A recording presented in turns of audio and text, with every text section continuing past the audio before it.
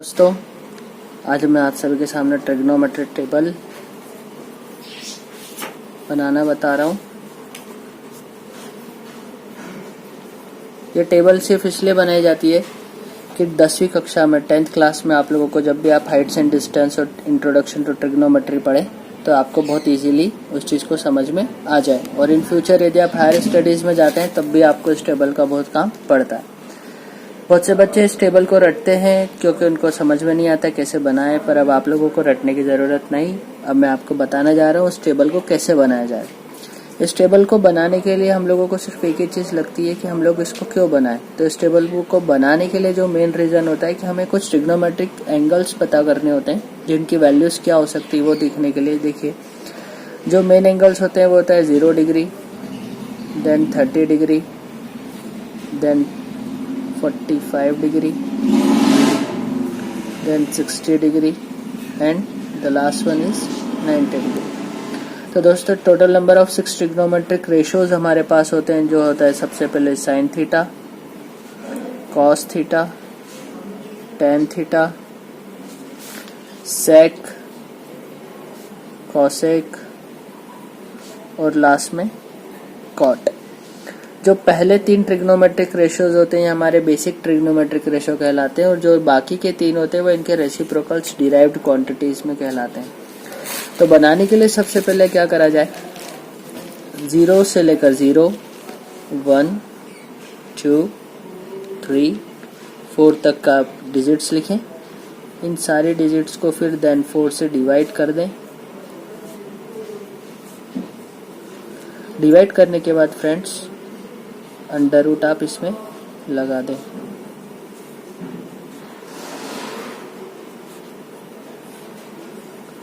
अब जैसा कि आप सभी को पता होगा, 0 के अपॉन में कोई भी हीरो होता है तो आंसर हमेशा 0 होता है। 4 जो होता है वो 2 का परफेक्ट स्क्वायर है। 4 परफेक्ट स्क्वायर है जिसका स्क्वायर रूट 2 होता है, तो यहाँ से 1/2 क्या हो जाता है, बाहर आ गया। 2 1 ज़ा 2, 2 2 ज़ा 4, तो ये हो जाता है 1/√2। 3 परफेक्ट स्क्वायर नहीं होता इसलिए रूट नहीं रहेगा। 4 परफेक्ट स्क्वायर होता है तो उससे में से 2 बाहर आ चुका है। 4 में से 4 कैंसिल हो गया तो ये 1 हो गया।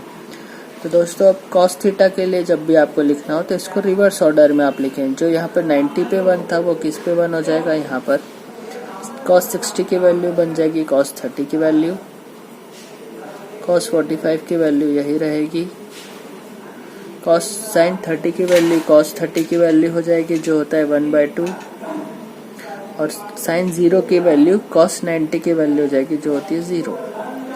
अब आप लोगों को एक और चीज़ पता होगी, टेन थीटा की जब भी आप लोगों को वैल्यू निकालनी हो तो टेन थीटा जो होता है sine theta upon cos theta.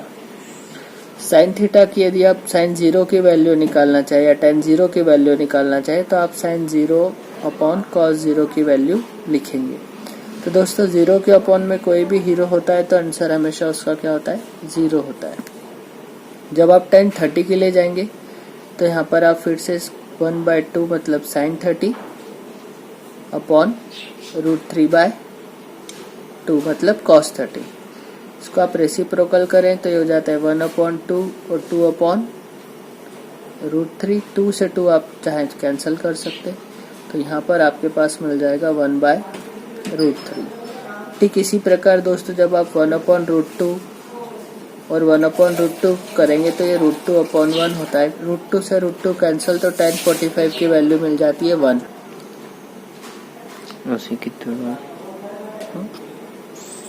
दोस्तों, tan 60 के लिए निकालने के लिए sin 60 की वैल्यू और cos 60 की वैल्यू, तो इस तरह से जब आप करते हैं तो 2 से 2 कैंसिल हो जाते हैं और ये आ जाती है √3 की वैल्यू, और ये हो जाता है नॉट डिफाइंड, क्योंकि 1 के अपॉन में यदि हम 0 लिखते हैं तो नॉट डिफाइन होता है। अब आपको सेक के लिए जब भी निकालना हो तो सेक होता है हमेशा कॉस का अपोजिट। 1 के अपॉन में यदि हम लोग 1 करते हैं, सेक होता है 1/cos। तो जब आप सेक 0 के लिए निकालना चाहें तो 1/cos 0 की जो भी वैल्यू होगी, जैसे कि 1, तो 1/1 मतलब ये 1 हुआ। 1 जब आप cos सेक 30 के लिए निकालना चाहेंगे तो ये √3/2, इसको रेसिप्रोकल करेंगे तो ये हो जाएगा 2/√3। तो सेक 30 की जो भी वैल्यू होगी आपके पास वो हो जाएगी 2/√3। इसी प्रकार सेक 45 के लिए जब आप जाएंगे, सेक 45 के लिए जब आप जाएंगे तो वो हो जाएगा √2। सेक 60 के लिए जब आप जाएंगे तो वो हो जाएगा, सेक 60 के लिए जब आप जाते हैं तो वो हो जाता है 2। और जब आप किसके लिए जाएंगे, सेक 90 के लिए जाएंगे तो वो हो जाएगा नॉट डिफाइंड। वैसे कॉसेक के लिए, कॉसेक किसका अपोजिट होता है, कॉसेक होता है 1/sin का। तो साइन की जो भी वैल्यूज है सारी, इनको जब आप रेसिप्रोकल कर देते हैं 1 के अपॉन में लिख लेंगे तो आपके पास कॉसेक की वैल्यूज आ जाएंगी। जैसे 1/0 ये होता है नॉट डिफाइंड, बहुत से लोग इसको इन्फिनिटी भी बोलते हैं। फिर कॉसेक आप जब 30 के लिए जाएंगे तो वो हो जाता है 2। कॉसेक 45 के लिए जब आप जाते हैं तो वो हो जाता है √2। और कॉसेक जब आप किसके लिए जाएंगे, 60 के लिए जाएंगे तो हो जाएगा 2/√3। और कॉसेक जब आप 90 के लिए जाते हैं तो वो जाता है 1। ठीक है। अब इसके बाद जब आप कॉट के लिए देखते हैं तो कॉट थीटा की जो वैल्यू होती है वो होता है cos theta upon sine theta. तो कॉस अपॉन साइन की जब आप वैल्यूज करेंगे तो कॉट थीटा की जो वैल्यू होगी कॉट 0 वो होता है नॉट डिफाइंड। आप चाहे तो कॉट की जो वैल्यूज है tan की आप रेसिप्रोकल भी कर सकते हैं, tan का रिवर्स ऑर्डर में भी लिख सकते हैं। tan 90 की वैल्यू नॉट डिफाइंड तो cot 90 cot 0 की वैल्यू नॉट डिफाइंड। tan 60 √3 होता है तो cot 30 भी √3 हो जाएगा। tan 45 1 होता है तो cot 45 भी 1 ही कहलाएगा। tan 30 1/√3 होता है तो cot 60 1/ क्या हो जाएगा, √3। और tan 0 0 होता है तो cot 90 क्या हो जाएगा, 0। तो दोस्तों ये सारे के सारे ट्रिग्नोमेट्रिक रेशोज हैं जिनकी मदद से आप किसी भी तरीके की वैल्यू फाइंड कर सकते हो जो आपको बहुत काम आएगी। यहाँ पर हम थीटा लिख सकते हैं। धन्यवाद।